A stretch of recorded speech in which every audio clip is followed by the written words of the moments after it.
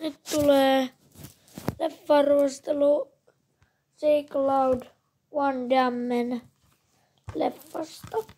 Tää on kyllä hyvä. Joo, tää nimi on We Die Young. Mä oon nähnyt tän kerran. Oli hyvä. Tää kertoo sellaisista rikollisista, joka... Tässä on se kansi, tässä on se takakansi. Tää on toimintarikos.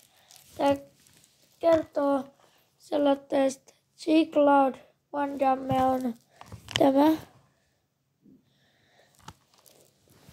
Jos on Kickboxeris, joka on todella hyvä leffa. Tai en ole katsonut, mutta Veikka on lukenut. Se on nyrkkeily, vähän niin kuin Rocky Balboa kai. Rocky tai Creed. Tämä on hyvä leffa. Tänään kertoo toi J-Cloud Van Damme hamaantui sodassa ja joutuu käyttämään. En viitti sanoa. Mutta varmaan tiedätte mitä. Mut nyt mennään leffaan. Jo ja varoitus, älkää kattoko tätä, jos aiotte katsoa tän leffan. Tästä tulee paljastuksia. Tää kertoo rikollisista. Esimerkiksi tässä ammutaan yhtä nuorta poikaa ja kidutetaan. Esim. Potkitaan. Ja sitä sattuu.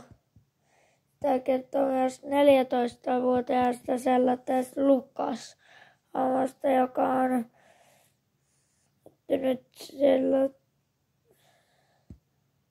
päätynyt jengiin. Ja tämä on jengi, ja ne seurasi mopolla niitä ja ampuu ikkunan läpi. Se koira meinasi kuolla siellä, mutta onneksi ei kuollut.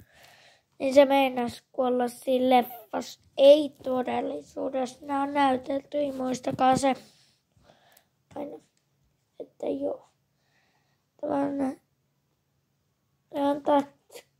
Meillä on tatskoja. Joo ja.